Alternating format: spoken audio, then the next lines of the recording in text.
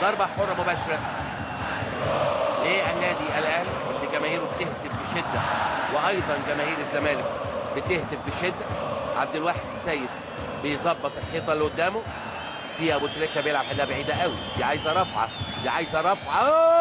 يا نهار أبيض، يا نهار أبيض يا شريف عبد الفضيل، يخرب عقلك يا راجل. إيه ده؟ إيه المدفع ده؟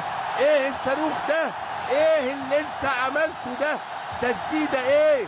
منتهى القوة، منتهى العظمة، منتهى الإتقان. روعة روعة روعة روعة روعة روعة.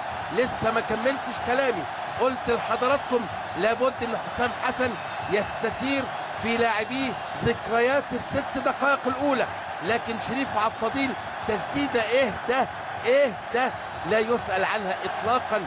عبد الواحد السيد، شريف عبد الفضيل اخذ سطور الجزار المره دي وشاطها حلوه حلوه حلوه حلوه. يا ولد يا ولد يا ولد يا ولد، جميله جميله جميله جميله جميله على شمال عبد الواحد السيد، لا يسأل عنها اطلاقا.